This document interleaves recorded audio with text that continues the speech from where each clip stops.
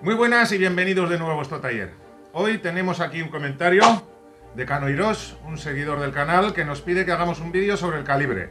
Aquí tengo un par de ellos, os voy a enseñar todos los secretos de esta herramienta, cómo se lee correctamente, para que podáis tomar referencias sobre piezas muy pequeñas. Vamos a verlo. Bueno, pues aquí tenemos el calibre. Tenemos que tener en cuenta que esta herramienta es un instrumento de medición. Es un aparato muy delicado, tenemos que tener mucho cuidado, sobre todo con las virutas, con el serrín, cuidado con mezclarlo con otras herramientas. Esto en el taller, pues es como si tuviésemos el móvil. El móvil no se nos ocurriría dejarlo encima del banco de trabajo con los martillos, los tornillos, las puntas, etcétera, ¿no? Pues esto lo mismo. Siempre bien guardadito, bien conservado, bien engrasado y bien limpio.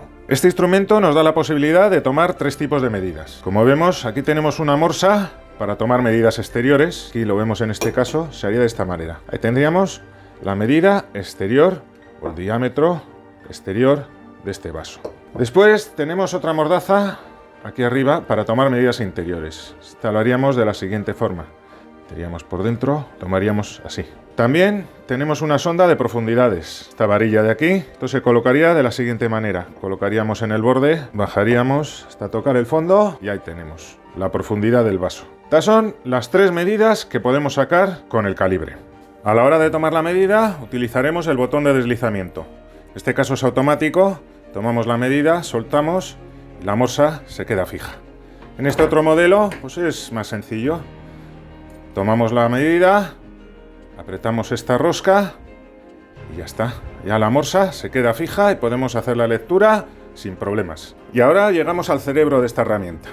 Como veis, aquí tenemos una regla dividida en escala de centímetros y de pulgadas. Y aquí tenemos unas subescalas, que esto es el nonio o vernier. En 1514, el portugués Pedro Nunes fabricó un dispositivo de medida de longitudes que, aplicado a un astrolabio, permite medir fracciones de grados de ángulos con gran precisión. Tengamos en cuenta que en aquella época, pues navegando, cruzando el océano, una diferencia de medio grado en la dirección podía suponer desembarcar cientos de kilómetros al norte o al sur de nuestro destino. Posteriormente, en 1631, el matemático francés Pierre Vernier utilizó el concepto del nonio para medir longitudes en pequeñas fracciones que nos dan una gran precisión en la medida de longitudes. Tengamos en cuenta que no es lo mismo una diferencia de 1 milímetro o medio milímetro en la fabricación de un tabique que en la fabricación de una válvula de un motor o incluso en la estructura de una torre de 250 metros de altura. Ahora vamos a ver con detalle estas subescalas y vemos cómo interpretar las medidas con el calibre.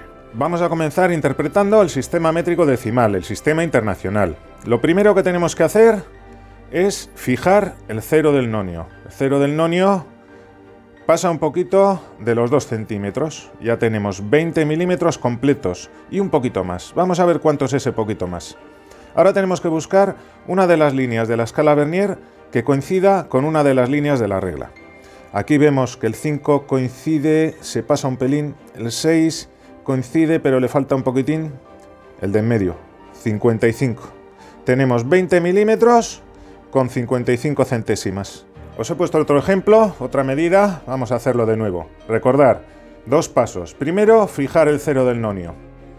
Aquí tenemos 10 milímetros, tenemos 11, 12 no llega, bueno, nos quedamos con este, 11 milímetros. 11 milímetros y ahora vamos a buscar las centésimas. Vamos a buscar una coincidencia entre una línea de la escala Vernier y una línea de la regla. Aquí vemos que 35 pasa un poco, el 40 coincide, 40 centésimas. Teníamos 11 milímetros con 40 centésimas. Ahora vamos a hacer la lectura en el sistema inglés, en pulgadas. Hemos visto que el sistema métrico decimal, los centímetros se dividen en 10 milímetros. Es muy sencillo calcularlo. Bueno, la pulgada se divide en 16 partes. Así tendríamos del 0 al 1, esto sería una pulgada, que se divide en un 16avo de pulgada, 2 16avos, que sería un octavo de pulgada, 3 16avos, 4 16avos, 5 16avos, 6 16avos y así consecutivamente. Para conseguir leer el calibre en pulgadas tenemos que aplicar esta fórmula.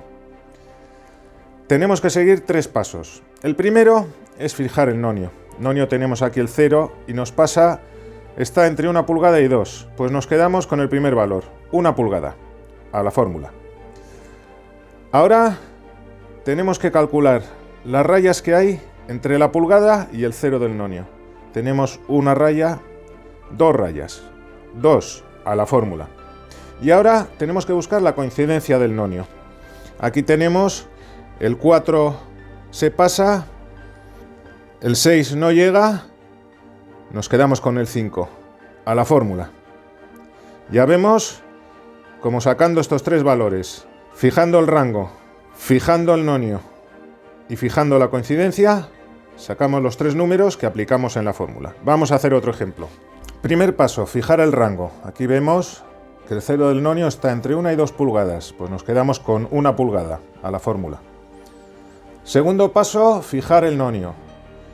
Calculamos desde el 1, 1, 2, 3, 4, 5, 6, 7, 8, 9, 10, 11, 12 rayas a la fórmula. Y ahora buscamos la coincidencia.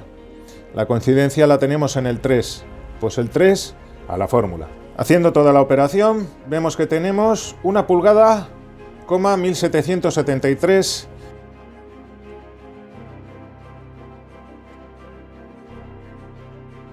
Si vais a adquirir un instrumento de medida como este, decantaros por uno de calidad, que sea de una buena marca, que esté bien calibrado y que funcione perfectamente.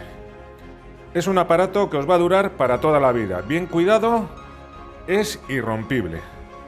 Recordad que dependiendo del proyecto que tengáis entre manos, un fallo en una mínima medida nos puede traer la diferencia entre la vida o la muerte.